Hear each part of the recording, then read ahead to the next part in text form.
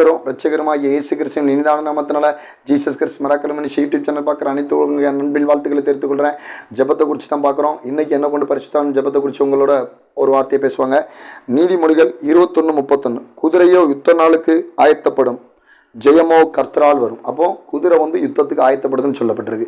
அப்போ பார்த்தீங்கன்னா நம்மளும் எந்த காரியமாக இருந்தாலும் சரி, நம்ம வாழ்க்கை சம்மந்தப்பட்ட காரியம், படிப்பு சம்மந்தப்பட்ட காரியம், ஊழிய சம்மந்தப்பட்ட காரியம், அதில் ஜெபம் பண்ணுற காரியம் எல்லாத்துக்குமே நம்ம ஆயத்தப்படணும். அப்போ நம்ம ஆயத்தப்பட்டால் தான் அந்த இடத்துல தேவன் நினைச்சவர் அந்த ஜெபத்திலேயோ சரி, நம்ம வேலை சம்மந்தப்பட்ட காரியத்திலும் சரி, படிப்பு சம்மந்தப்பட்ட காரியத்திலோ ஜெயத்தை கொடுக்க முடியும். அப்போ நாங்களும் பார்த்தீங்கன்னா ஒரு கன்வர்ஷன் கூட்டம் வைப்போம், வருஷம் நடக்கும். அந்த கன்வர்ஷன் கூட்டத்துக்கும் அதுக்கு 3 நாளைக்கு முன்னாடி உபாசம் பண்ணி என்ன செய்வோம், அந்த இடத்துல அங்கே உள்ள ஆவிகளை கட்டி 3 நாளைக்கு என்ன செய்வோம், ஜெபம் பண்ணுவோம். ஒரு ஆயத்த ஜெபம் பண்ணுவோம். அந்த ஆயத்த ஜெபம் பண்ணதுக்கு அப்புறம் தான் அடுத்த நாள் என்ன செய்வோம், அப்போ ஜெபம் பண்ணுவோம், ப்ரேயர் எடுப்போம். அப்போ ஆண்டவர் அங்கே ஜெயம் கொடுத்து நல்ல ஒரு விடுதலை மாற்றத்தையும் செய்வாங்க. கர்த்தர் அந்த வார்த்தையின் மூலமாக உங்களோட பேசியிருப்பாங்க.